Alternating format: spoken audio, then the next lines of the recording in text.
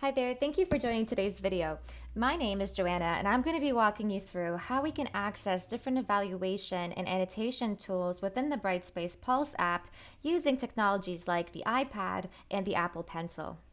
I'm going to go ahead and unlock my device here and navigate to my Pulse app from the desktop. As soon as I do so, I get brought to an amazing app that allows me to see all the different courses that I'm currently a part of as an instructor. By navigating to my English course, I get a breakdown of all the different modules that are available within my course. Using Unit 1 as an example here, I can see a breakdown of all the different content items within the specific unit, but I've also attached a to-do module for my learners, allowing them to have that linear learning experience. So as soon as they're done consuming that content from Unit 1, they can jump into this to-do folder seamlessly and access all their different assessment types, whether they're different discussion posts, quizzes, or assignment submissions area. I'm going to go ahead and select my poetry terms quiz here so we can see the summary of that quiz, what that entails, different types of attempts or instructions that we can attach here, or even go ahead and add in a rubric. Since we are focusing on assessment, annotation, and different tools and gestures, I'm going to go ahead and navigate to that assignments tool straight from my toolbar. As soon as I do so, I get an amazing breakdown of all the different assessment types within my course. As you can see, it's organized by category, so I can see different poetry assignments, nonfiction assignments, and presentations. I'm going to go ahead and click on my in-class poetry slam here, where I get a breakdown of all the different learners, right? So now we've seen a list of the different assessments, and as soon as I click that assessment, I get a breakdown of all the different submissions for that specific assignment. From here, you can also notice an integration with Turnitin. If I do, if I am interested in seeing, the percentage of what could have been plagiarized for this assessment, I have that breakdown from my Turnitin integration. Okay. I'm going to go ahead and select one of the submissions from CJ. So at the very top, I'm going to go ahead and click on this PDF document that he submitted for me. And as soon as I do so, I get brought to a page that not only allows me to see the submission, but it can also complete my evaluation and feedback on the right-hand side. So since we are using a mobile application, again, focusing on the iPad elements and using gestures from our pencil, I really want to hit home on the fact that this specific app will work on any device and you're going to have the exact same experience whether you're using an Apple product or perhaps more of an Android product as well. Let's go ahead and add some annotations to CJ's submission here. So I can see one of his beautiful poems. What I can do here, again, using my stylus, is go ahead and highlight some of this text. So let's say I want to provide feedback on just the first line of the poem. You'll notice that as soon as I select that text on the top left-hand side of the screen there, we have different options for highlighting text, striking it out, or perhaps giving it a nice underline. What this allows me to do is to really call out attention to a specific part of the structure of the sentence. Again, since we are using a tablet and the Apple Pencil, or really any stylus, I can go ahead and take advantage of some really interesting gestures. By selecting the little freehand tool, I can specify whether I want to draw, whether I want to highlight, or use it as an eraser as well, really allowing me to have that customization and freedom to add my annotations, but also erase it if I happen to make a mistake. So I'm going to go ahead and select the drawing aspect, and from here I can really again dive deep into perhaps different colors, different thicknesses for the specific pen.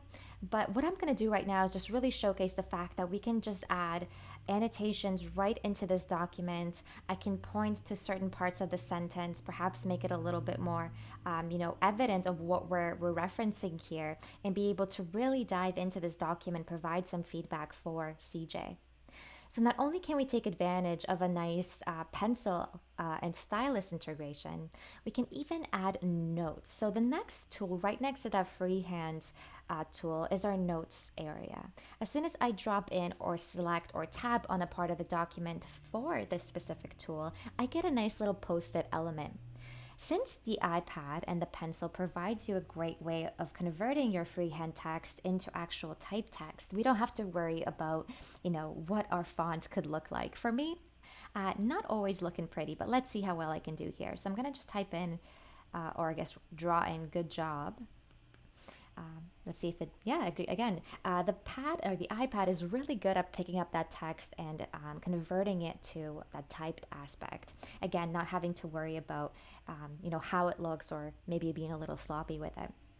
So again, not only can we draw with a freehand approach, we can dive in with notes and specific annotations on specific parts of the structure, but I can also dive in and just perhaps provide some text, right? The next or the third tool that is available within the specific annotations feature is the ability to drop in a text box, right? So now that I have this nice box, I can go ahead and start typing in it, allowing me to again really dive into the specific part of the document and be able to just dive in with some notes, freehand approach, or post-its.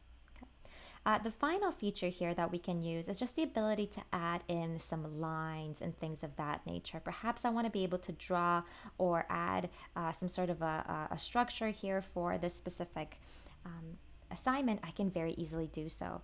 I can select different types of lines as well, whether I want to draw a rectangle or use more of an arrow, making a little bit, again, cleaner rather than that freehand approach. So really, whatever your comfort level is with annotations, and especially using a stylus, you have 4 separate tools that you can pick from the top right-hand side of our annotations video here. Okay. By looking on the right-hand side of the page here, this is where we have that evaluation and feedback. This tool is great because it's really a bit of a 3-in-1 approach where, again, I can provide some annotations using my stylus, or I can use rubrics to provide, perhaps grade my assignment, or again, I can use that stylus to just draw in a specific grade for the student and automatically publish that here as well. Perhaps some of our assignments don't necessarily require us to go through annotations and drawing and using a stylus element. What I can do on the right hand side is just scroll past that general feedback area where we can just incorporate some plain text. Again, just allowing my students to know if they did a good job or not, that getting automatically transferred into that text, but I can also record audio or video straight from my mobile device as well, especially driving that engagement. If we are stuck at home, if we are learning from home, we can record audio or video to really drive that engagement for our learners and have a little bit more of a face-to-face interaction from here as well. Okay. So all in all, the Pulse application really drives home that mobile experience, especially from a faculty perspective. You can jump into any of your course, get all of your annotations done within one area, no matter whether you're using an Apple device or perhaps, again, an Android device, you're going to have the same consistent experience. Okay. Having said that, Brightspace is of course also mobilely friendly. So what I can do, rather than using an app like we were just looking at from Pulse, I can just dive in right into my Safari instance and again have that same experience no matter what device I'm on, right?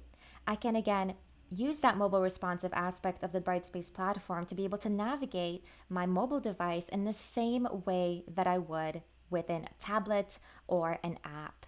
Right? We really, again, want to make sure that no learners get left behind. We really want to make sure that this, experience is seamless no matter where you are, no matter what device you're using, and be able to access that feature remotely, again, either via the app or the Safari browser.